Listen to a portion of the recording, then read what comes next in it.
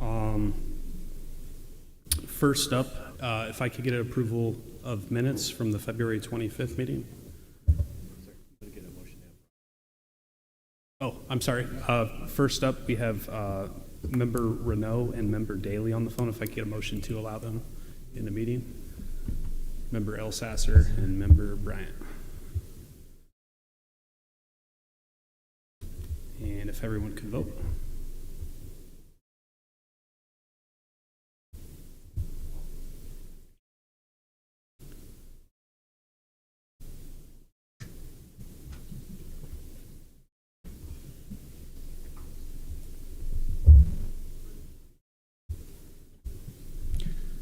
All right. Welcome via telephone.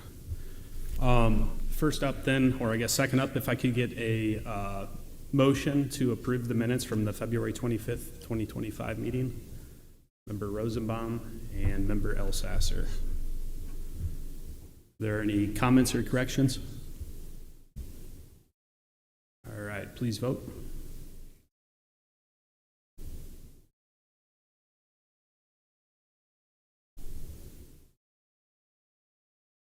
That passed unanimously. Informational items. Mr. Spears, You want me to talk first? you're on the agenda. I know it's on the agenda, but thanks. I just thought I'd come up to the meeting to explain what my office has been doing. Do you want to use a microphone, Bob, so everybody online can hear you? I never get to use a microphone. I just come up to kind of explain what my office has been doing for the last year and a year. So we've been hiring, as you know, we've been hiring some kids from high school going to college, or college students come into my office, and they've been scanning paperwork. And we've been paying them out of our budget $17.50 an hour to do this. We've had about 20 kids. We're going to have 20 more come this summer. They've been working part-time. On the average, they probably get about 20 hours a week. They're kind of on their own on what schedule they want to come in. And what this has done for our office is that we've been scanning all the paperwork in. Everything that needs to be saved, we've been scanning it instead of sending it out. And that's really a huge savings in the county, and for you county board members to brag about hiring these young kids to come in and do it. You know, we're saving the money, plus we're hiring kids that are in Peoria County, some are in Tazewell, to do this work. We have to do this work in order to remodel the office. So it wasn't stuff that we just said, let's just do it for past the time. So now we're down into the basement of the office, and we have to clean out the basement, and we have to keep moving forward with this project. The state's attorney's office is going to take half of that room to put a vault in. I don't know if everybody knows the whole remodeling job is going to go on. And then we're going to use the other half of that area. We're going to use it as a storage area still. So the bad part about this whole thing, probably the next meeting, we're going to have to ask for about $150,000. I talked to your chairman, Jimmy Dillon, about it, and Scott Sorrell last year, and they said it would be okay to ask for it. And so we're to continue this work, to do it on this summer, and that should do everything.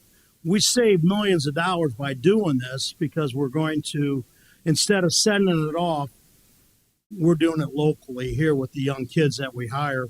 And like I said before, that gives you guys credit, like the young kids that we're hiring in Peoria County, and there are some from Tazewell that are doing it. It's a unique opportunity for these kids. They learn how the government works. They enjoy coming in, and so it's really a neat deal. To go on to the future of our office right now, we are in stage 1 in our remodel job. We are all moved out to the front of the office, and nobody's in the back. We had to do a lot of cramming people into each other, but it's worked out really good. Had a lot of help from the IT department, a lot of help from the maintenance department. Did a great job. the sheriff's department, everybody has been helping us out. Hunter, just it's been unreal how people really get together and work when you see people working together like that. If you come down to my office now, you would see shelving, everything gone.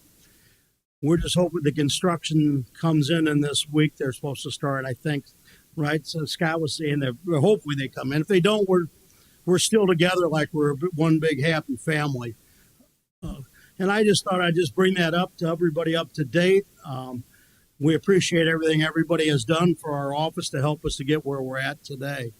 I'll be happy to answer any questions. If anybody has any questions, if I don't know the answer, I'll make a good one up. Thank you for that. Thank you very much. Thank you. Detailed update, Bob. While you're still there, I know last time you were up, you talked about things that were going on between Peoria County and Link over in Tazewell. Is there any update there that you want to share with us while you're here? Yeah, we are still working. Greg, that we hired with us, he is working really close with Tazewell still, and he still goes over to Tazewell. Like today, he left at noontime to go work at Tazewell, so we can still mirror Tazewell. We're still doing that. We're the only clerks in the state of Illinois that are working together with Tazewell and Peoria. With Link Hopkins. Link has done a great job with this. Greg has also gone into a lot of the court systems and helping the court out and trying to do that. And by the way, also some of these young kids have gone to probation to help them out. The probation needed some help, some scanning done. I sent them up there, and we just paid them out of our budget because it's a lot easier. But yeah, Greg has been doing a great job. Greg did a great job at moving all the computers and getting them all around with that. And so eventually, when a judge goes over to Tazewell, it'll be mirrored Peoria. It's really worked out really well. It just takes a while to get everybody on board. Thank you. Yeah, I know I saw a number previously for digitizing records, and I think that you made a good choice in using younger labor to get that done. Does anybody have any questions for Mr. Spears? Yeah. Thank you for the update. Thank you very much. Thank you, everybody, for listening. I know I kind of boring, but I don't see anyone from the coroner's office. Next up would be the PCAPS update. Becky?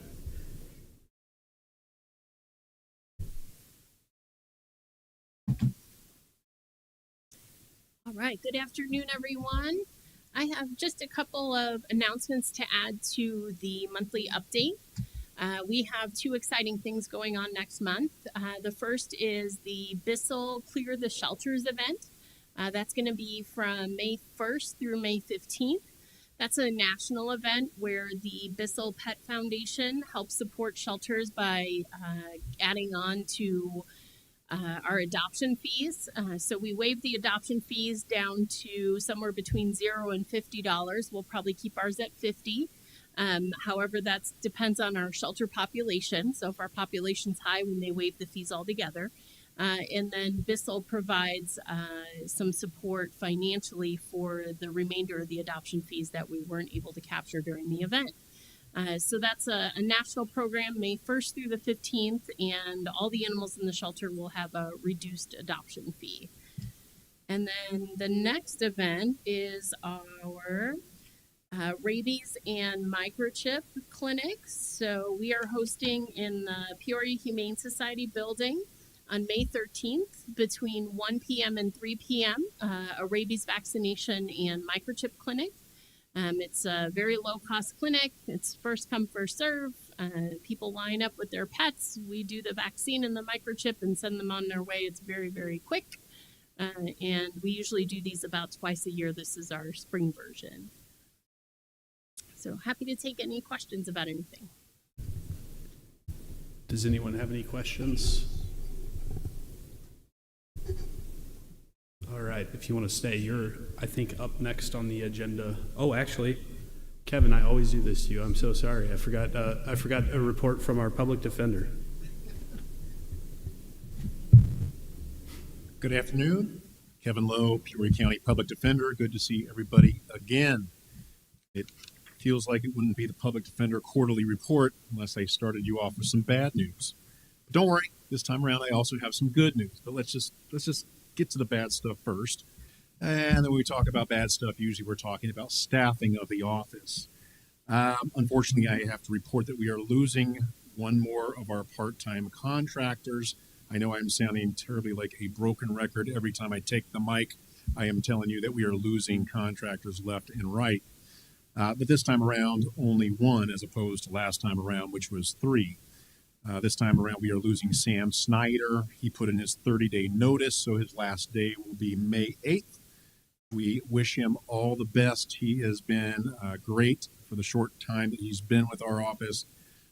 Relatively short, let's say. I know it's been about a year and a half, but he played a very important role because he fulfilled this little slot on Thursday afternoons in the DUI courtroom, which is the PTRs, the petitions to revoke. And why that is so important to our office is because Thursdays generally are the most busy day for us, and when Thursday afternoons in particular are, well, pretty much a nightmare for us logistically trying to staff it. So because of that, we are most definitely looking to replace him with another part-time contractor on or before May 8th. So worry not, we have some options that we're looking at, so we're confident that we'll be able to take care of business on that front. But with his departure, that would leave our overall staffing level as far as attorneys. It would reduce us down to 17 overall, 6 of those full-time, and then without Sam, it would be 11 part-time contractors. All right, so let's move on to the good news then. The good news is that we have added one more full-time person, not an attorney, but a client advocate. Allison Gibbs joined our office, I believe, beginning of last week. She has prior experience at the Woodford County Public Defender's Office. In fact, ample experience over there, so we're really glad to have her as our client advocate. And if everybody here recalls, this was a position that was created largely due to a grant that was provided by AOIC, or the Administrative Office of the Illinois Courts. We got that going not long ago. We certainly appreciate the board's assistance in doing that, along with the HR department and, of course, finance, who also helped us get that going. So we do have that full-time position filled.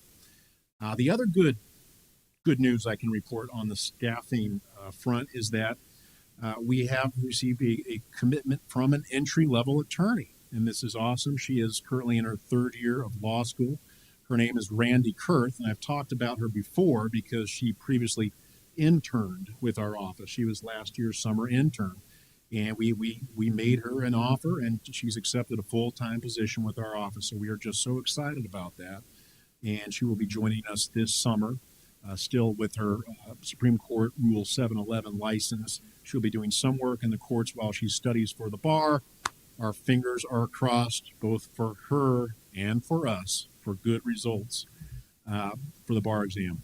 Obviously, we are all very excited.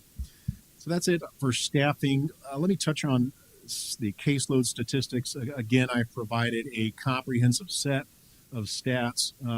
These are growing and growing. I remember a year and a half ago, and a few of you, Steve Ricker, would be pleading with me, could you please give us some statistics of what you guys are doing? And now I feel like, I'm like kind of an out-of-control freight train or something here. I'm really providing a lot of good information. These statistics are designed to show specifically to the county board and to the public the services that the public defender provides to the county. I'll remind the public that these reports are required by law, at least on a quarterly basis, and are available for download on the Peoria County website.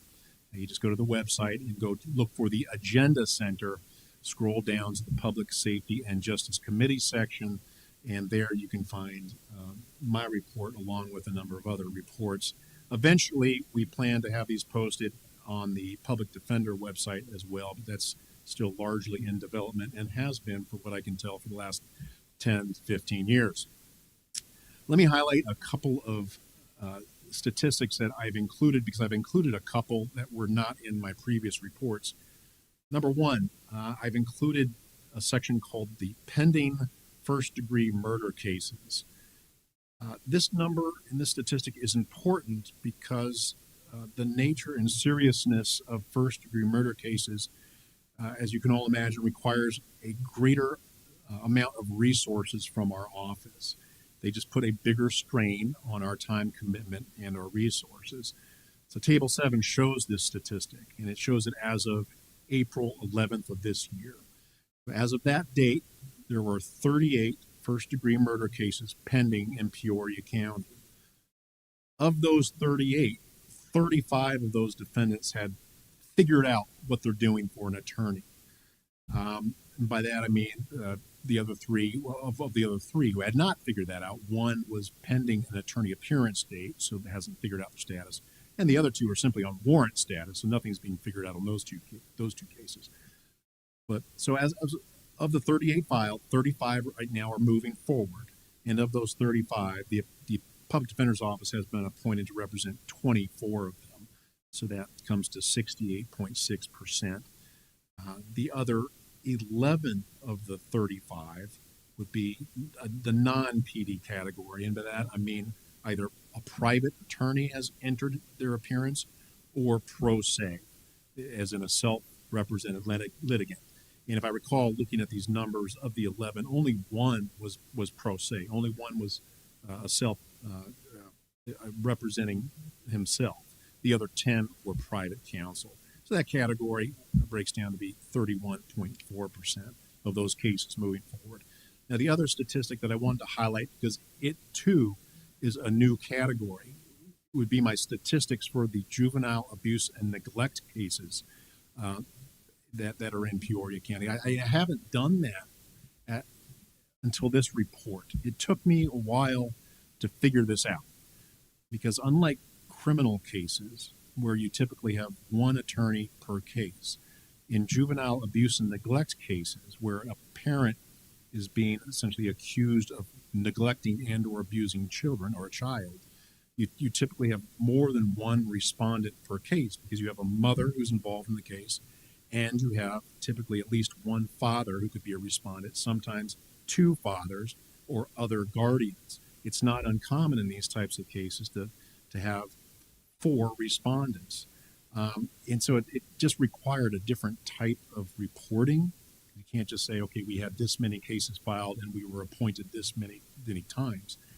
Instead, I have to take a look at, well, how many potential respondents did we have in a particular case? Of those respondents, how many is the state moving against? And of that subset, how many of those were appointed the public defender? So if you look at Table 3, if you look at the fourth quarter of 2024, which is the final quarter last year, in that 3 months, there were a total of 48 cases filed in the Juvenile and Abuse and Neglect Division. In those 48 cases, you had 90 total respondents, or 90 total respondents among those 48 cases. And of those 90 total respondents, the case or the state moved forward against 74 of them. So that's the subtotal that are actually moving forward. And of those 74 respondents moving forward, the PD was appointed to represent 71 of them. So 94.9% were appointed to my office. You have a similar idea if you look at the fourth quarter of the previous year, fourth quarter of 2023. You had more cases being filed back then. A year ago, in quarter 4, you had 85 cases filed as opposed to 48. So there's a big difference there in that quarter. But of the 85 cases, you had 166 named respondents initially. Of those 166, the state moved forward against 138 of them, and the PD, the public defender, was appointed to 128 of those respondents. That equals 92.8%. So I'm happy to continue doing these data sets for all of you and for the public. I'll continue to analyze this caseload data and update these quarterly reports with important information as I deem necessary. And thank you very much. I'll answer any questions. I want to say thank you. I imagine a lot of time goes into putting these reports together, and they are very helpful. And I don't know if I would use the word fun to read through, but they're interesting. for sure. Anybody have any questions? All right, thank you. For anyone that has noticed, I am all over the place on the agenda. I'm actually looking at last month's agenda. So I'll try to get us back on track here. We have an informational report from the ETSB.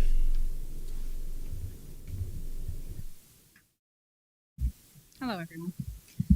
Just here to report on our 3 dispatch centers, Peoria, Bartonville, and Stark. They are all 3 running well. Stark is almost completed. The grant should be wrapped up by June. That is our hope, to get that closed and move forward. We just completed our relocation of the Peoria Dispatch Center to Bartonville, and Bartonville is currently at Peoria this week. That is a requirement for us to do a faux relocation in the event that we would have a large emergency if one dispatch center would go totally black. So everything else is running well. Anybody have any questions for me? Does anyone have any questions? All right, thank you for coming today. All right, next up, mental health and medicated assistance treatment recovery at the Peoria County Jail.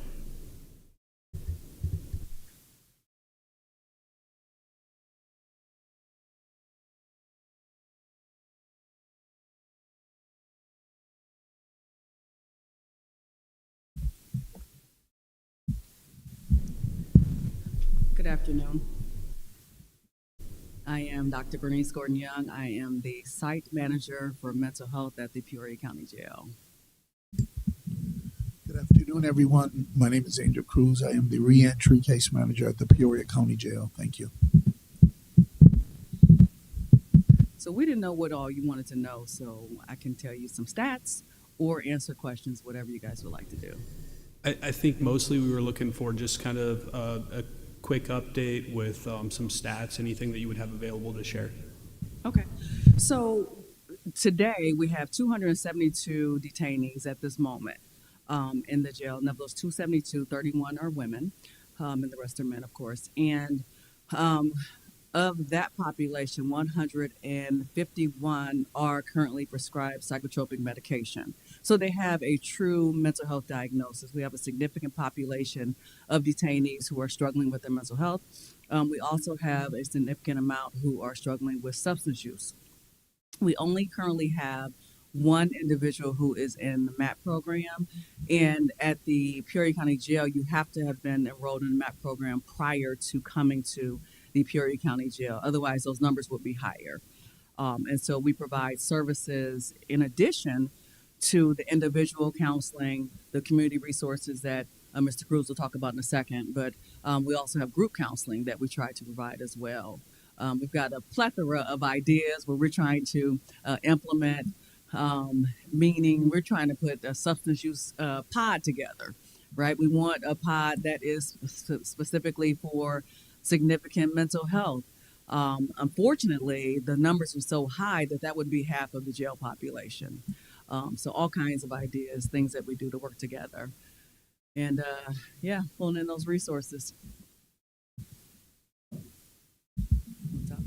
So what we're doing is probably above the standard. I think what we do at Peoria County Jail, no one else is doing it, because first of all, we're limited with external resources. So we try to really, what I've been fortunate is to go out to look for resources that's going to help me deal with the population that I work with, mainly substance abuse, mental health, and then we have homelessness. That's another big thing too. So trying to figure out what can we do, because we just don't want to push an individual out and know that he's going to come back. We want to do whatever we can possible to reintegrate that individual back into society, not only just, but to get him to help so that within himself he can see success. So I think we're doing that because our goal is we don't want to see a revolving door, right? But what we struggle with the most is the limited external resources that we have, especially for homelessness, especially for mental health, even substance abuse. Because of now, if an individual has been in the jail over 30, 60 days, automatically they're not eligible for inpatient treatment. That's a whole insurance issue. But what we've been good is even in our reentry program is when you can look at 60 individuals that signed up, 25 that graduated, right, that are successful. And we only had 3 that reoffended and came back. The key to all of that is that follow-up piece. You know, the journey doesn't end when they're released. It continues because you have that person, which I do, to walk alongside, to monitor, to make sure that they're doing what they're doing with the right resources that are given to them. So I think we're just working above standard on what we're doing. I don't think nobody else is doing this, but we're trying our best. We know nobody else is doing this because everyone wants us to come to their jail. But, you know, when you think about, you know, this population, and the numbers are lower, and we're glad that they're lower. You know, we've had as many as 400 during the time that I've been there, and probably more than that prior to my arrival at the jail. But we really do try to provide, you know, a different experience. I always tell people, leave better than you came. Leave better than you came, whether that is completing your GED, whether that is learning a different way of thinking. I do a lot of work with like reality therapy, choice therapy, rational emotive behavior therapy, just to give some tools so that when these challenges come up in life, you have some idea of how to handle it in a different way. So again, we do, I really do believe that we work really, really hard to not just have the cookie cutter type of programming, but to meet people where they're at, number one, which is important, but also the flexibility, you know, like he may come in like super early in the morning. I may leave super late at night, right? Just to try to, as much as possible, to have at least one of us in the building to have support for people when they need it. Because we work with everything. It could be, it's not just things related to the reason that they are there. Sometimes it is someone got a phone call that a family member died, right? So we're providing that level of support. It could be DCFS just came in and notified a parent that their rights have been taken from them or whatever, you know, all kinds of challenges. And we just provide a space to give them an opportunity to grieve if they need to grieve, I always say a safe space to just be without judgment. So again, trying to give opportunities for people to do, to leave better than they came, but also to learn some tools. Now, I will say that I'll be the first one to say, because they say it for me, that I'm tough but I'm fair, right? Because you don't need somebody to sugarcoat the reality of we got to stop coming in here. We got to figure out a different way. And that's why we work so hard to try to find out what are the basic needs that are missing. Because a lot of people, it's the basic needs. Like you said, it is the being unhoused. It is we don't have food at home. It is I forgot to fill out my paperwork because I had all this other stuff going on. And now services have been cut off for me. So we try to figure out those things. Things as simple as setting them up with an agency that may help them with their driver's or get a driver's license or a state ID.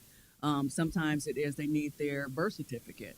So all kinds of things that come up that really is, yes, we do say we know we go above and beyond, but to us, this is regular. And then the truth of the matter is when people see us coming together, if we approach you together, that means it is huge and we want it bad. The sheriff will tell you that. Yeah. So again, just really we just want people to stop coming, you know, and we can't put a Band-Aid on it. We got to really unpeel the layers. Let's figure out what's going on. And to do it in a way without judgment, I think is important. I think it is the reason why we consider it not just our job, but really more of a calling, because this work is not easy. It is not easy. You know, there's one him, there's one me, and we typically don't sit down very long. Yeah. So we'd love to entertain any questions that you have. Could you speak a little bit more to the process? I think I understand, like you touched on flexibility. Are members of the population enrolled into group settings? Are these one-on-one settings? And then if you could speak to what that looks like. I noticed you said that every case is different, how you manage and handle those. Yeah, absolutely. So, and if I understand correctly, you're asking like, how do we come in contact, or how does the mental health component? Correct. Okay. All right. So there's several ways. They can go on the tablet and put a request in to speak to mental health specifically, and that's as well as medical case manager. There's all like slots for those whoever they want to talk to specifically. I pride myself on trying to see them within 24 hours. Although there's a lot of them, and sometimes there's a lot of requests, but I really work hard to try to do that because in mental health, sometimes you only have a small window to do the work that's necessary. They also, sometimes it is the correctional officers. The person did not put a request in. They saw something different about that person. So they'll say, have you talked to, Johnny, because something doesn't seem right with him. Or I noticed that, Susie was on a phone call and afterwards she started crying and laid down. She's been crying all day. So they are very keen on picking up on things that just don't seem right. And they will either radio me, they will call me, they will come into the office. They are like phenomenal at communicating that information. And again, if there's a crisis or if someone is coming back from court and let's say they're sentenced to 50 years, that's another reason where they will notify me and let me know. The court sergeant will do that or a transport officer will do that.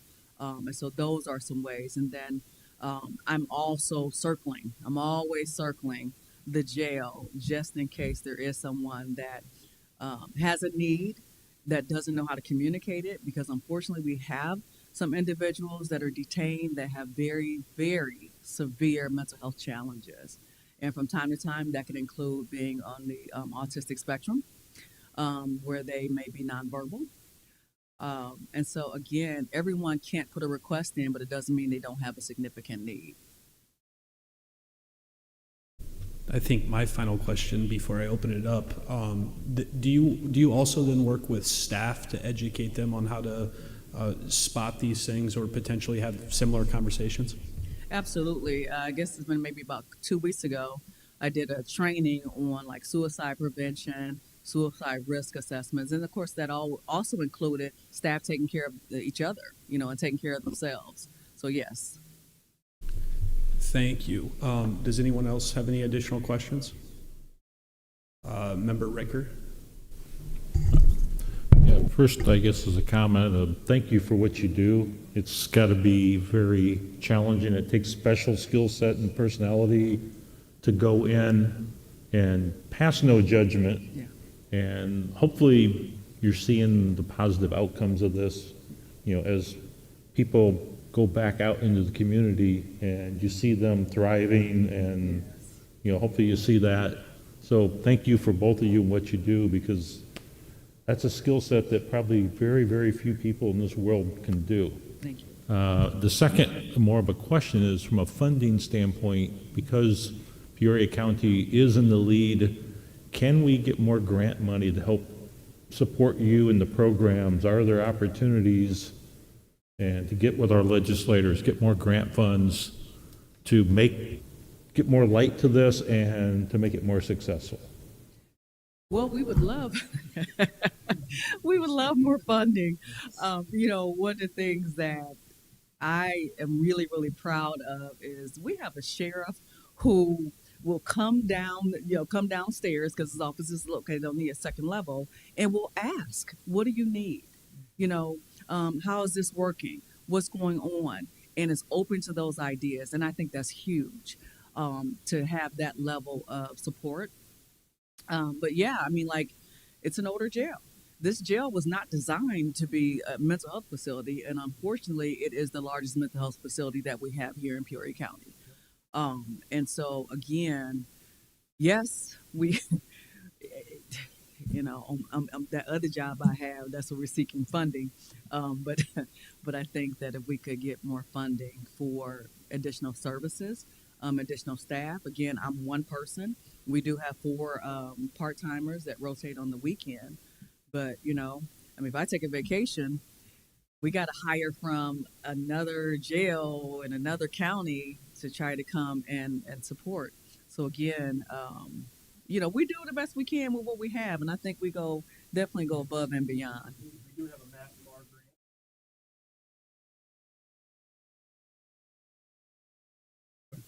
Yep. Member Williams? Thank you. First of all, I just want to say that Member Ricker said it, but I just want to say I think people need to know what you're doing because you are really making a difference, and we really appreciate what you're doing. I serve on the National NACO committee, the health committee, and the reason why I requested that you come here is because this was one of the topics of discussion during our conference recently in Washington, D.C. So I wanted to hear what you were doing, so there's so possibly I could help at the national level. Thank you. Anyone else? All right. Thanks again for coming today. We really appreciate it. Thank you.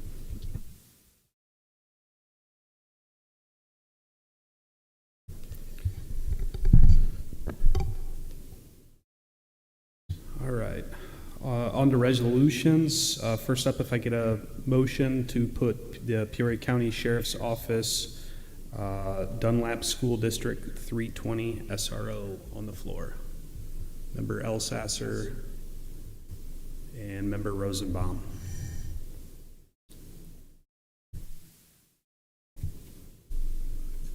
This is our only school contract for the year.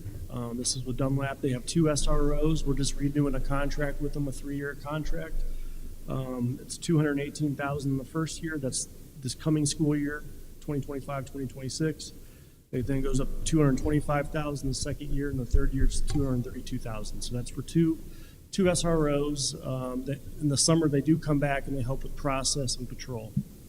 So we're working off the cost study that we did a few years ago. I'm just kind of building off that right now. Are there any questions?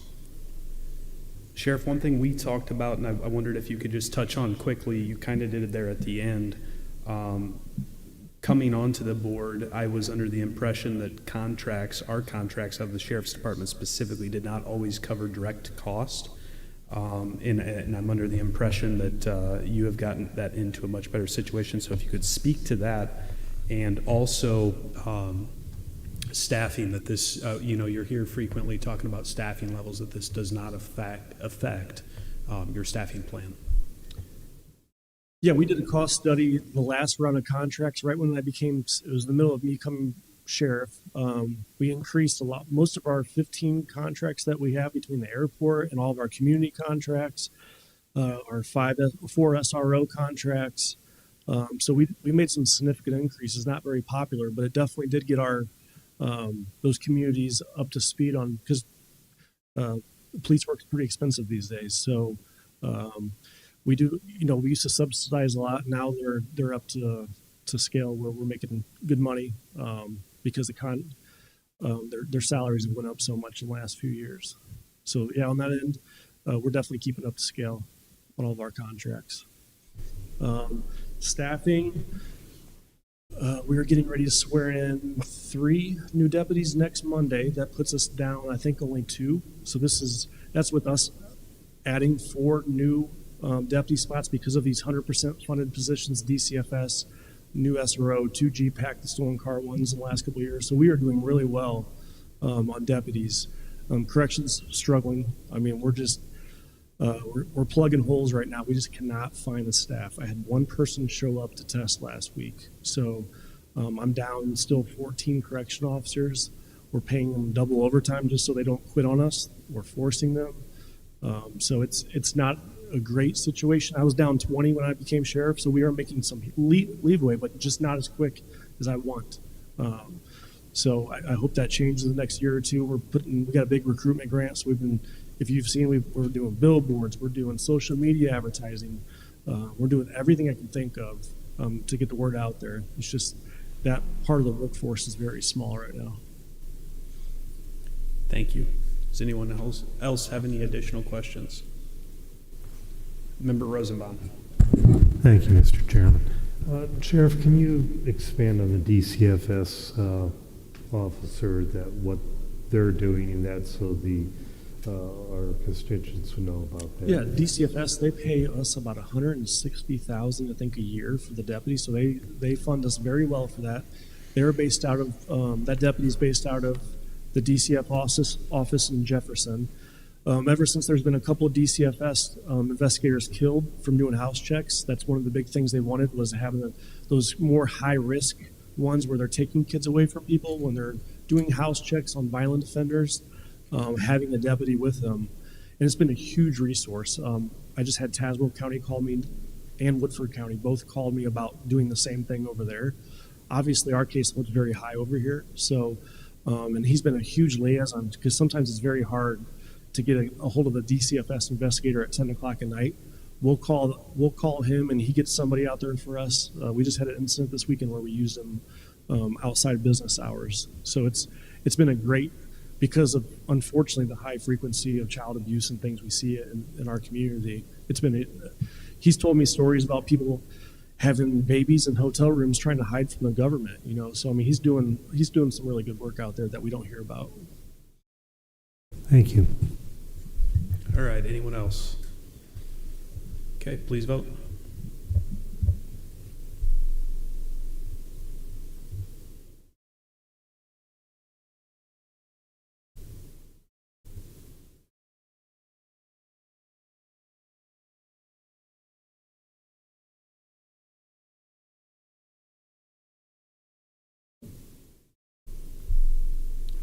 That passes.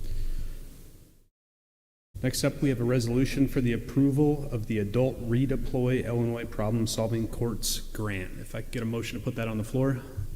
Member Williams and Member Bryant. Thank you.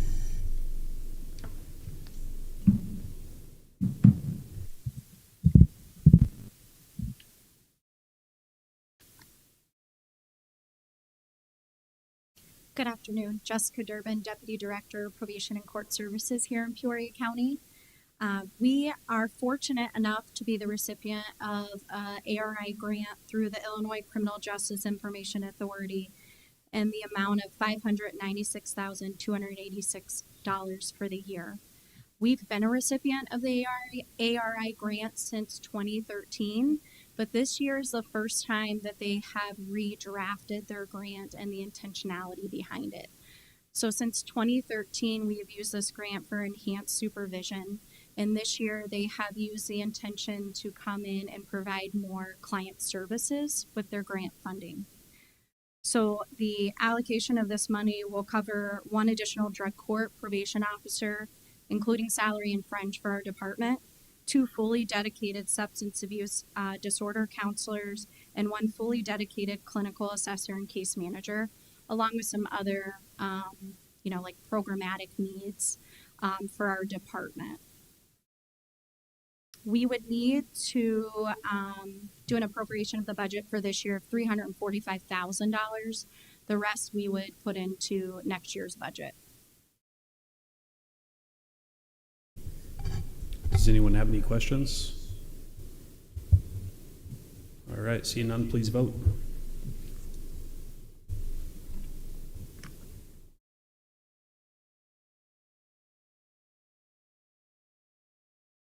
And that passes. Thank you. Next up, if I get a motion for Peoria County Adult Probation Problem Solving Courts Treatment Services. Member Bryant and Member Williams.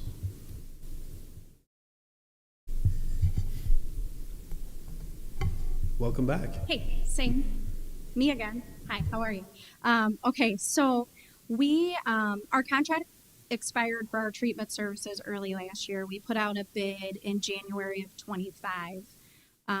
We thought that we would have 2 respondents, but unfortunately Carl was our only respondent. But we've been using Carl for a number of years. We are very fortunate to have a great working relationship with them.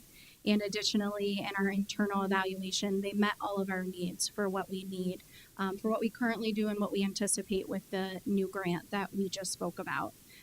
So for this, we would be requesting that the board approves Human Service Center, Carl, being our provider for these services. A couple of things to note is that all costs will be paid by either our probation service funds or our probation department grants. So there'll be no general funds spent for this contract. The other thing is that the Human Service Center agrees to exhaust all of their funding sources before billing us for services outside of personnel. Thank you for that. Are there any questions? Seeing none, please vote.